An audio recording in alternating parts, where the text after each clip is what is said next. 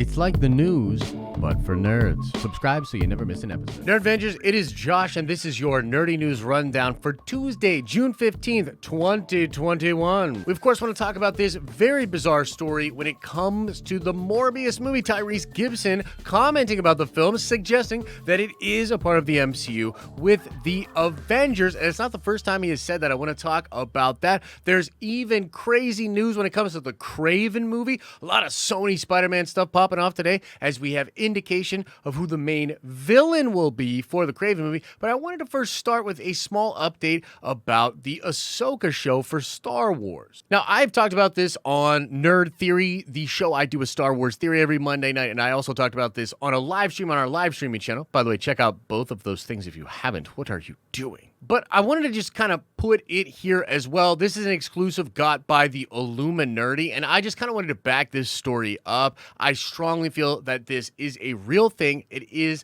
that Barris Offee, who's a very popular character from the Clone Wars, has deep ties to Ahsoka's character in that show. Yeah, the report is that she is being currently cast for live action as a lead role in the Ahsoka Show. And there's all sorts of things that this could mean, but I wanted to sort of touch on it here. And, again, a lot of my thoughts are in those two other streams/videos, but I've seen a lot of people online suggesting that the Illuminati doesn't know what they're talking about and that this casting sounds like it's for Sabine Wren. Bros, no.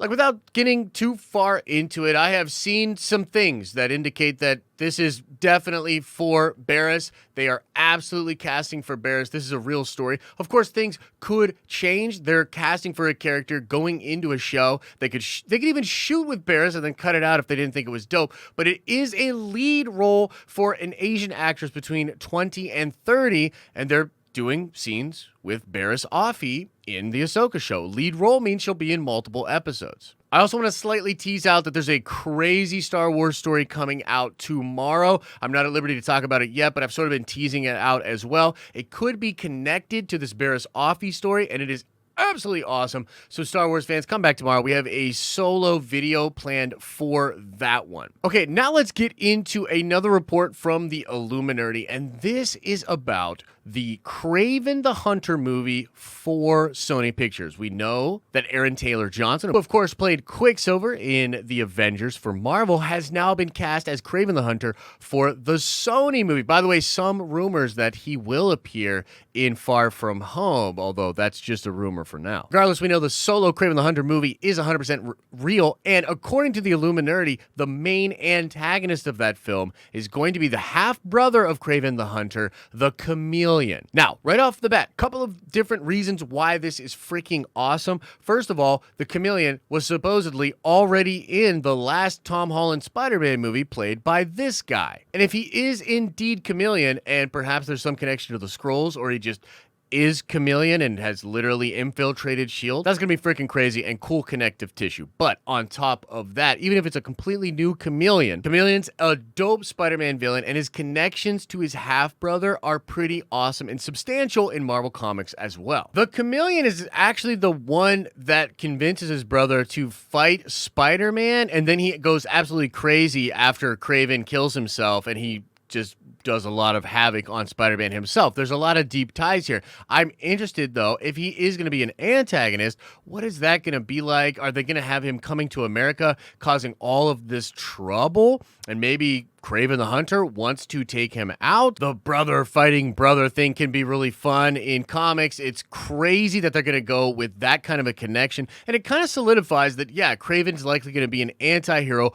but the protagonist of his own solo movie, much like Jared Leto's Morbius will be for the Morbius film, and much like Eddie Brock was for the Venom movie. Because, yeah, it still really feels like Sony is doing that thing where the villains are going to kind of be the heroes over there. I don't quite get it, but they're sticking to it. Make sure you go check out the full report over on theilluminati.com, but we will be following this story as it develops. As it stands now, guys, you can treat it as a rumor as it's unconfirmed, but we do think that the Illuminati does good work and breaks good scoops. The main villain for the Kraven the Hunter movie said to be his half-brother, the Chameleon. How do you think that'll work? What do you think about it? Let us know in the comment section below. And now let's finish up with news that's kind of old, but is kind of new, and you know it has to do with Spider-Man 3, which makes it another addition to Spider-Man 3 Rumor Watch 2021. Tyreese Gibson recently sat down with Brandon Davis from comicbook.com and had some really interesting things to say about the film. We're going to show you this 1 minute 30 clip right here, and then we'll talk about the things that were said, especially what he says at the end.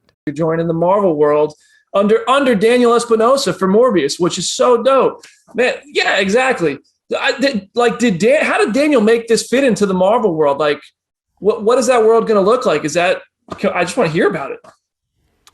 Well, doing this movie opposite Jared Letto, man, was nerve-wracking, exciting, and inspiring.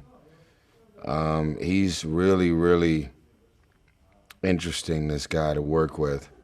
Daniel Espinosa kept me nervous the whole time as well, because he's a real alpha, very aggressive filmmaker, and he's very honest. So he'll tell you sometimes things you don't want to hear about how to step your game up as an actor.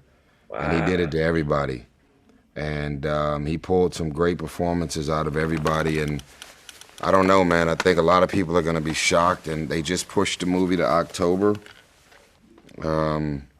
Because they want to take advantage of that Halloween energy. So it's going to be a long year, man, of a lot of magic happening out here. I can't wait. Is it part of the MCU? Can you say? Like yes. The Avengers world? Yes. Oh, man, that's going to be exciting. Okay, so pretty crazy. I mean, he's speaking highly of the film, saying he was challenged, saying people are going to be surprised by the movie. That's cool, but pretty par for the course when it comes to actors talking about a film they're involved with. Where it gets interesting is where he talks about how the film is being pushed back to October, something the studio has not yet announced.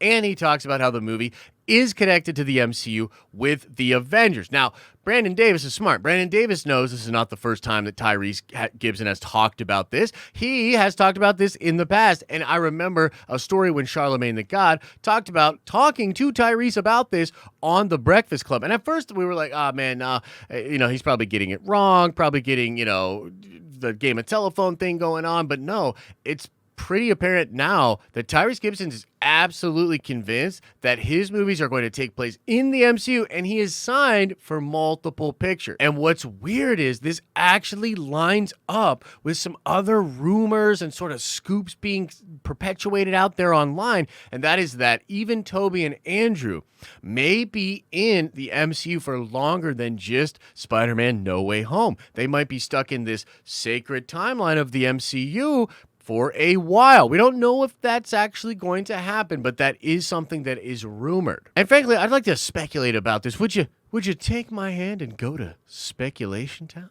I think the thing that I'm stuck on here is this whole sacred timeline with Loki, the idea of everything being squeezed together, this sort of idea that the new deal between Sony and Disney with their distribution rights has allowed for a lot more stuff to finally come out. I mean, a lot more stories have been breaking, a lot more promotion has been out there. It really does seem like a lot of things were sort of hinging on that thing being finalized, and now we're good to go. I think it's possible that this was Feige's plan for a while now. It would make sense as to why Michael Keaton was in the Morbius trailer. How could all of this be happening together? Well, it's all getting squeezed together in the sacred timeline, the one timeline that will remain in the multiverse until it all gets broken up in variants in the multiverse of madness. So perhaps it's possible that Venom 2 will lead to a place where that character gets brought in to the MCU, just like we think Toby and Andrew and the different villains from their franchises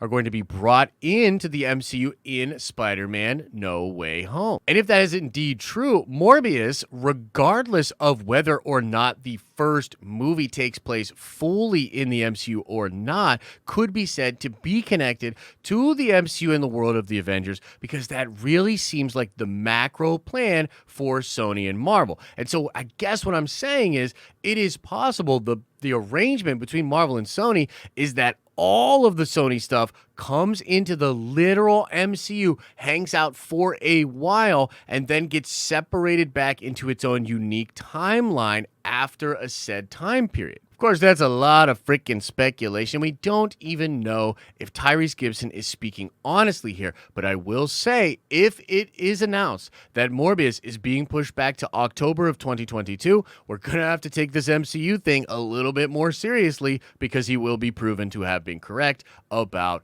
that. I guess we want to leave it there and open the question up to you guys. What do you think? Do you think that the Morbius movie is going to take place in the MCU? Do you think all of the Sony stuff is going to be pulled over into the MCU and there will only be the sacred timeline for some time? Or do you think that's crazy? Whatever your thoughts are about that and all the other stories we talked about, let us know in the comment section below. A reminder that we are doing our Loki watch party for episode 2, 2:30 a.m. Eastern Standard Time. We will start the stream there, talk about our predictions, have a lot of fun getting ready, and then we will watch the episode together and talk about it live. The watch parties are a ton of fun, so check that out over on our live streaming channel. As I always say, I hope you are having an awesome and nerdy day, and I'll see you in the next video.